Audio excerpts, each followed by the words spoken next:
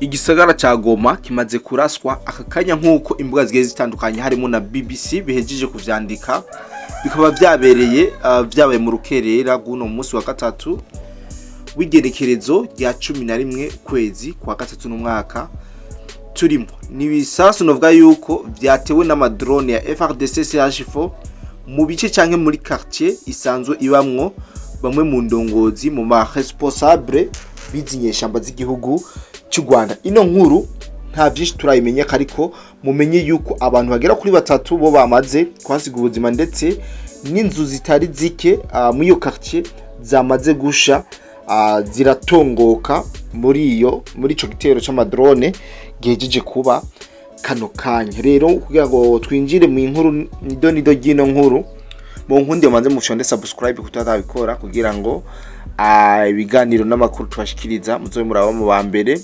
babirose. Kuconda like ngaha musinyene n'ivy'ingenzi ndetse na commentaire ku kiganiro tuba twabahaye. Jeni twakodi de black, iyi ni B-Info News aho tugiye kuyaga cyane.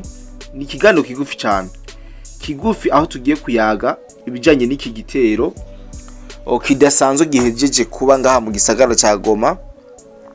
Bisa nuko ari gasopo canke ari ngabo za FARDC zibwiye M23 ntabwo turi kure, ahubwo turi hafi, aho mbere biriko birikekwa yuko bamwe mu bategetsi b'inyeshamba harimo Colonel Nanga n'abandi hariho umwe yoba yamaze gusiga ubuzima muri ico gitero kibaye mu bucagucagu bw'uno munsi. Kurundi ruhande tukaca tugira ibindi byinshi twibaza ko ni kano kanya bibaye igihe cy'isaha 11 z'ubucagucagu, aho byamaze kuba bigaragara kandi byamaze gushigwa habona nuno muhari canke n'uburongozi bw'uno muhari w'izinyeshamba, aho biyamiriza cyane ibitero vy'amadrone vya FARDC ngaha mu gisagara ca Goma. AFC M23 iriyamiriza igitero ca drone ya FARDC yagavye ngaha mu gisagara ca Goma. Gushika ubu nta uramenyekana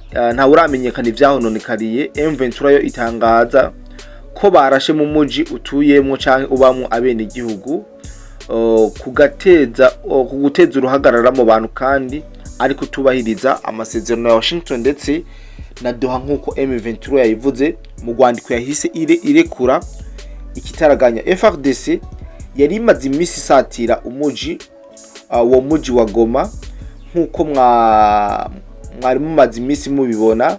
Ibitero vyari imaze imisi biko birabera mu micungararo canke mu nkengera z'igisagara ca Goma. Munibuke ni vyabereye muri Rubaya, aho FARDC naho yagavyeho ibitero novuga yuko bidasanzwe. Gushika ubu nta uramenya igituma FARDC yarashe iyo nzu, bivugwa yuko yibamwo aba responsable ba M23 canke umwe mu barongozi buno muhari w'izinyeshamba wa AFC M23. Impamvu FARDC ishobora kuba yarashe iyo nzu, hari impamvu novuga yuko zishoboka zoba zatumye FARDC irasa ino nzu. Ishobora kuba yari inzu y'ububiko bw'ibigwanisho bwa AFC M23 ikoresha mu gurenforcer ibice bitandukanye biko birabera mu migwano. Ishobora kuba kandi yari inzu igirirwamwo amanama. FARDC ikaba yarose amakuru y'ubutasi ko hariho inzu iriko iraberamo amanama bagahita bayirasa. Nubwo M23 yizeza bene igihugu baba muri ico gisagara ca Goma umutekano, biraboneka neza yuko uyu muhari utagishoboye gucungira umutekano abene igihugu baba muri bino bici. Namba FARDC ishobora gukoresha drone ikarasa Goma. Ubu abashefu ba M23 bose bari mu kaga, kuko tumaze imisi tubona babahagurukiye mu kubarasa kabisa.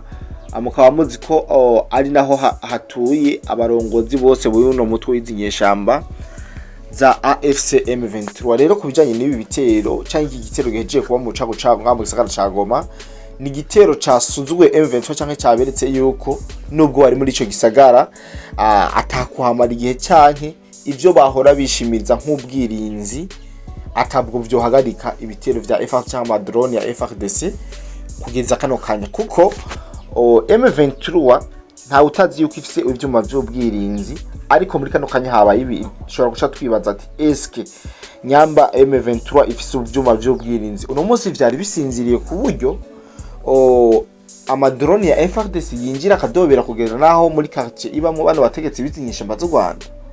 Rero ibi no kugusuzugura nukwereka yuko M23 atakibaze ngako ubutaka bwa Kongo, ndetse nabo nyene bano bategetsi batagifise uburyo bwo kugira ngo bashobore kwirarira canke kwicungira umutekano wabo, kuko byabonetse neza yuko drone yagiye irakora ivyayijanye itarinze guhakoresheje drone zimwe mumenyereye FARDC isanzwe ikoresha ku mirongo y'urugamba.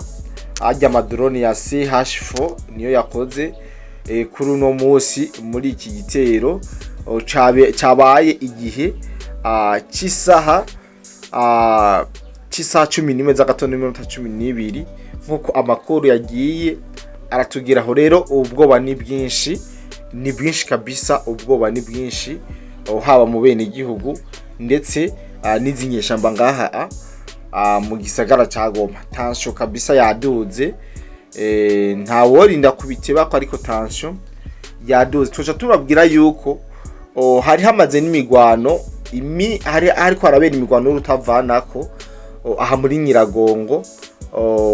Niyo mpamvu no munsi tuko turumva FARDC iriko irasatira igisagara ca Goma. Abantu begereye umupaka w'igihugu cy'u Rwanda nibo bari kuduha amakuru batubwira ibiri kuba muri Nyiragongo yuko ibintu bitoroshe, ndetse ubwo bari na bwose kumwanya n'umwanya Goma ishobora kugirwa ko ibidasanzwe.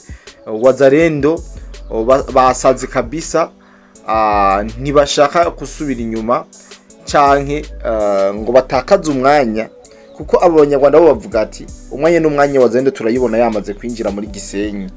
Niko abanyarwanda nibo bwoba bafise. Rero iki gitero ca drone cyagabwe mu gisagara ca Goma mu gaturuturu kikaba cyahitanye abantu bivuye ko bagera kuri 3, nubwo amakuru yose ataramenyekana. Turaza gukomeza tuyatohoze kuko n'inzu twamaze kuba tuyibona kabisa. Turaza kubacishije mu video nk'uko mwabonye akavideo gatangura, mushaka turagasubiza mu mubone uburyo ino nzu yakongotse muri ibi bitero vy'indege za FARDC byabaye muri aka gaturuturu kuri umunsi wa gatatu igenekerezo rya 11. Rero muze gukomeza kubana natwe mu biganiro makuru zo kubashikiriza ino nkuru tuyibashikije arime, kubera ko ariyo nkuru novuga yuko izindutse ariyo iriko iravugwa cyane,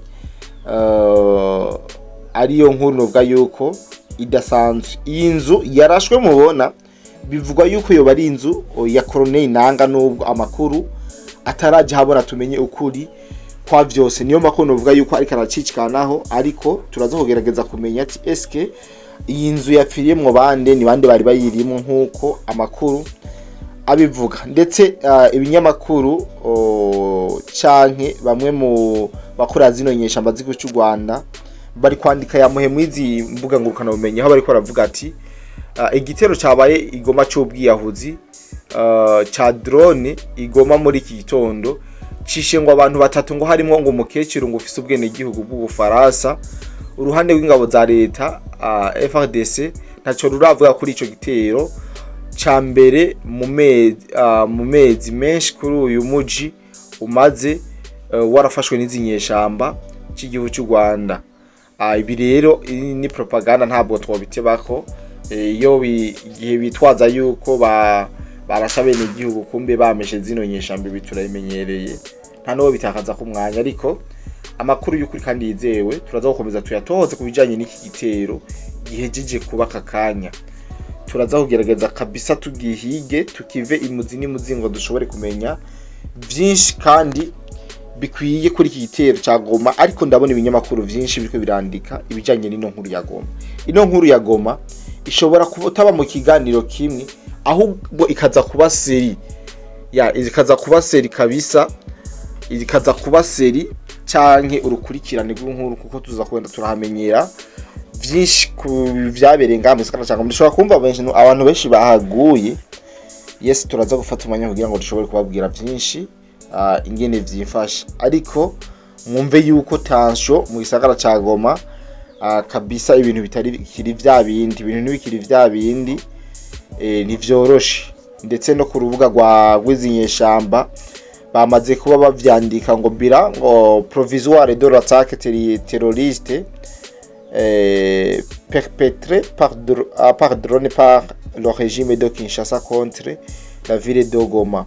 3 morts dont un membre de personnes humanitaires étrangères d'une ONG internationale depuis amples informations seront communiquées ultérieurement. Ubu n'ubukuru novuga yuko zino nyeshamba ziko zirandika ku mbuga zabwo, ndetse n'umuvugizi wabo tumaze kubona ku rubuga rwa X Steve Wembi yamaze kuba yemeza yuko hari ibintu bidasanzwe, kandi uwo Steve Wembi ni umwe mu begereye zino nyeshamba z'igihugu cy'u Rwanda. Iyo avuze ikintu akenshi kirakunda kubaca we yanditse ngo un bombardement par drone a visé un quartier résidentiel à Goma à 4h du matin.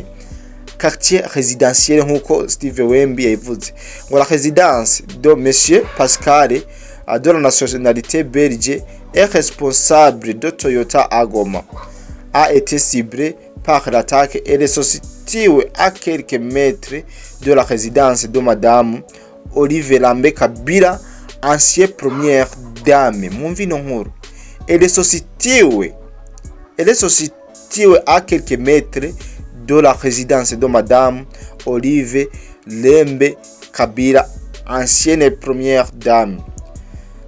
Muri make nibi ni binovuga yuko Steve Wembi asanzwe ari hafi cyane nuno muhari w'izinyeshamba yamaze kuba yandika kubijanye ni bombardement yabaye mu gisagara cya Goma. Kumurere ka tubanze turangiza kino kiganiro tubarondera ni makuru menshi, turaza kugenda tubabwira situation uko zimeze uko biko biragenda n'amakuru twamenye kubijanye n'ico gitero cyabereye ngaha mu gisagara cya Goma, neza na neza muri quartier ituwemo mu bamwe mu responsable buno muhari w'izinyeshamba ASM 23. Jenny Twakodi de Black ini BFO News. Bye bye, dushikire mu gufyonda subscribe ndetse na like.